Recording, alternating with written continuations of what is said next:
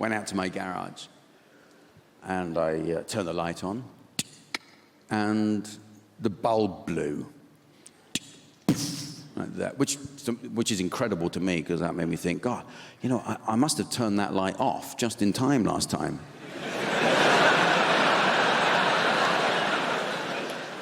I must have turned that light off with like a 40th of a second left. It's like having a superpower, that is, you know, when you think about it. Anyway, so I thought, okay, I know what needs doing now. I'm going to get up a step ladder, I change the bulb. I change the bulb, come back down again. Nothing. Well, I don't know about you, but that's as far as I go, you know. With electricity, I don't dabble. Oh, they better get a screwdriver and stick it in, see what happens. I called an electrician, as anyone would. I called an electrician. He comes to the house late in the afternoon, comes to the house. And I walk him round to the garage, right? And bear in mind, I have explained to him exactly the sequence of events that led to me calling him out. Right? We go into the garage, and what's the first thing he does? He tries the switch. Well, you know what? I actually don't have time this evening to describe to you how offensive I found that.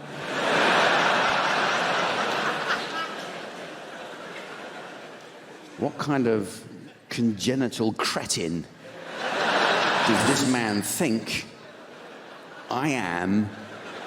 I don't know how my house works. Or maybe he thought, you know, I went out to my garage, I was about to turn on the light, and then I thought, no, I know what would be an awful lot more fun. And you get a professional electrician round to turn the light on for me.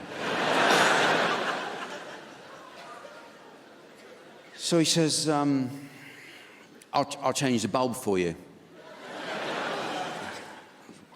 I have already done that and explained to you I have done that, but you go ahead. You're obviously not listening to a word I say, are you? Gets up, changes the bulb, back down again. Nothing. He goes, oh, that's funny. I said, yeah, I will be the judge of that, my friend.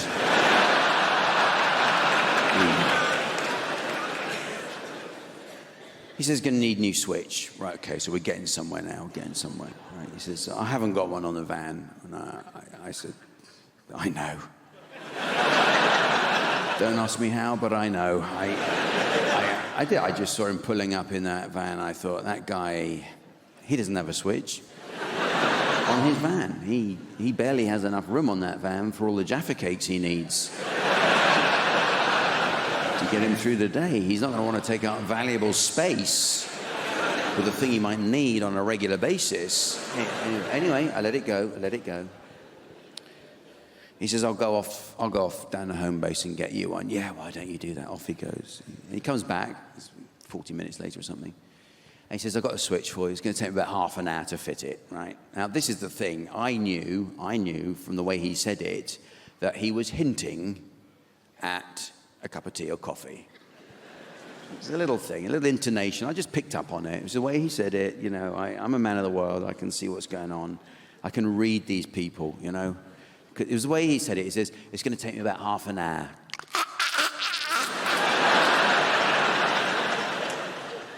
So thirsty, please help. So, you know me, I'm a nice guy. So I go, oh, would you like a cup of tea or coffee while you do that? He said, oh, I'd love one. Oh. Well, which do you want, tea or coffee? Oh, well, whatever's easiest. See, there he goes again, you know. Do I look like someone who is going to be confused by either of those recipes? I'm going to go running back to the kitchen and burst into tears. He's asked for coffee. The complicated one, I have no idea. I was just showing off. I felt really offended. I'd offered him tea or coffee out of the goodness of my heart. There was no suggestion of anything else. This was just me, a humanitarian gesture. There was no mention of it when I rang up. It was just £25 an hour plus VAT. I didn't say, oh, and all the hot beverages you can drink while you're in my house. There was none of that. It's just a simple question. Do you want to, how do you take it? Oh, as it comes. Oh, that's all right, because I have mustard in mind, don't I? Please, for the love of God. And I'm beginning to regret calling this guy out, And it's not like you don't have competition here in London. I'm sure, as many of you will know, have the same thing happen. You get a lot of business cards and flyers come through your letterbox the whole time, don't they? And I had one the other day. Which I kept. It said, local handyman, no job too small. And to me, that's like a challenge.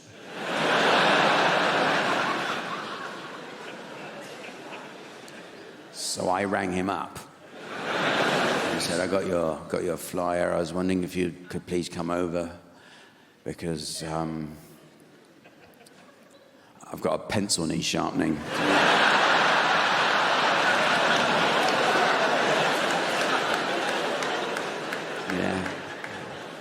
Yeah, it's me again, pencil guy. Yeah.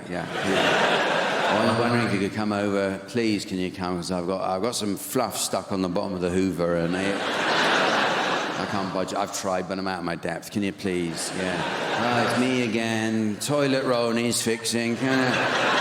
New toilet roll, please. Can you come over, please? All you need to do is get a new one from under the sink there and put it on the dispenser for me. Can you, please? Can you do that for me? Why can't I do it? Because I've got my trousers around my ankles. What do you think? And a shitty ass. No, don't fancy it? Well, you know what? I've still got your flyer in my hand, so I'll just use that instead. Don't say it if you don't mean it. Don't play with me. Anyway, the electrician, he comes to the door after half an hour. He says, that's all working now. And he said, do you want to keep the old switch? And I know you're meant to say, oh, no, but I don't know why. I said, yeah, what do you think I'm crazy? You want to throw that away? I need that switch. That's the whole point of you coming over. I'm going to put it on my wall in the hall here. That'll confuse people when they come over, won't it? If I have burglars, that'll freak them out. They go, what's this do? Let's get out of here. I might put it on my mantelpiece. That's what I'll do with that switch. I'll put the switch on my mantelpiece. That'll be a conversation starter, that will. When people come over, we'll be having cocktails, and someone will say, Jack, what is this? And I said, well, I was wondering when you were going to ask. Because that, my good friend, is the switch that used to be in my garage. Can you imagine the conversation that will flow from that point? Because we've had electricity in our lives, all our lives, and none of us really understand it. We take it for granted. We don't know how it works, but we use it all the time. Don't even think about it. I think it's time we had a protocol attached to electricity. It's about time we started to learn how to behave around it. You ever had this experience when someone comes over to your house and you leave them alone for 5 minutes, you come back in the room, and they plug their mobile phone in? What's that? Oh, it's my mobile phone, Jack. A bit flat. I thought I'd give it a bit of a charge while I'm here. Hope that's okay. That's fine. Why don't you go home, get your tumble dryer? What the... You know what, my car's outside. Why don't you siphon off the petrol? Unreal.